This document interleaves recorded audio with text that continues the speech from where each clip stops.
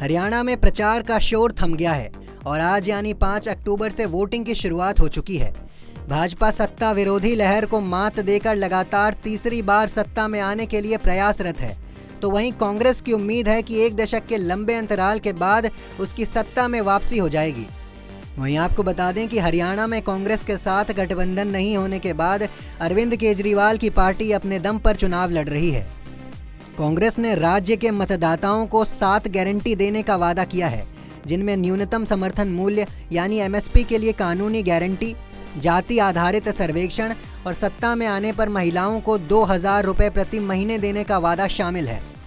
तो वहीं भाजपा ने महिलाओं के लिए 2,100 रुपये की मासिक सहायता, युवाओं के लिए 2 लाख सरकारी नौकरियां और राज्य के अग्निवीरों के लिए सरकारी नौकरी की गारंटी का वादा किया है। आपकी जानकारी के लिए बता दें कि 90 सीटों के लिए चुनावी मैदान में कुल 1,031 उम्मीदवार हैं, जिनमें 101 महिलाएं हैं। इनमें से 5 सीटें ऐसी हैं जिन पर सबकी नजरें हैं। आइए बात करते हैं उन 5 सीटों के बारे में। इन 5 सीटों में सबसे पहली सीट है लाडवा की। कुरुक्षेत्र की लाडवा सीट भी चर्चित सीटों में से एक है। इस सीट से प्रदेश के मुख्यमंत्री नायब सिंह सैनी चुनाव लड़ रहे हैं। इस सीट पर उनका मुकाबला कांग्रेस के मौजूदा विधायक मेवा सिंह से है। वहीं जुलाना की सीट दूसरी सीट है। इस सीट पर प्रदेश की ही नहीं बल्कि देश की भी नजर टिकी है।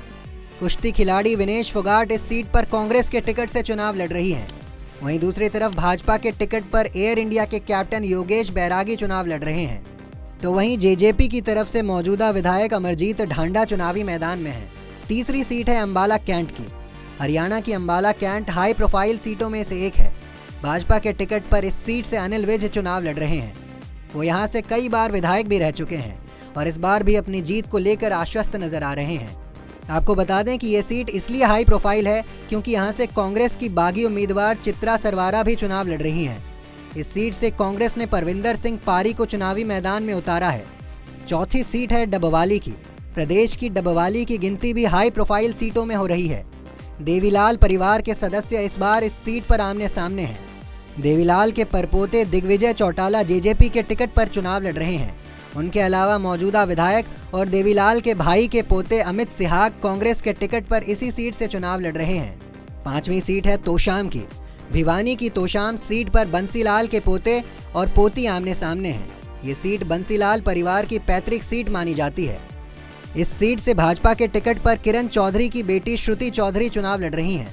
तो वहीं दूसरी तरफ कांग्रेस ने इस सीट से श्रुति चौधरी के ताऊ के बेटे यानी श्रुति चौधरी के भाई अनिरुद्ध चौधरी को मैदान में उतारा है।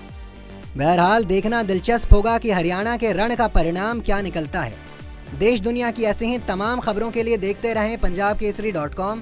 साथ ही कमेंट सेक्शन में अपनी राय जरूर दें।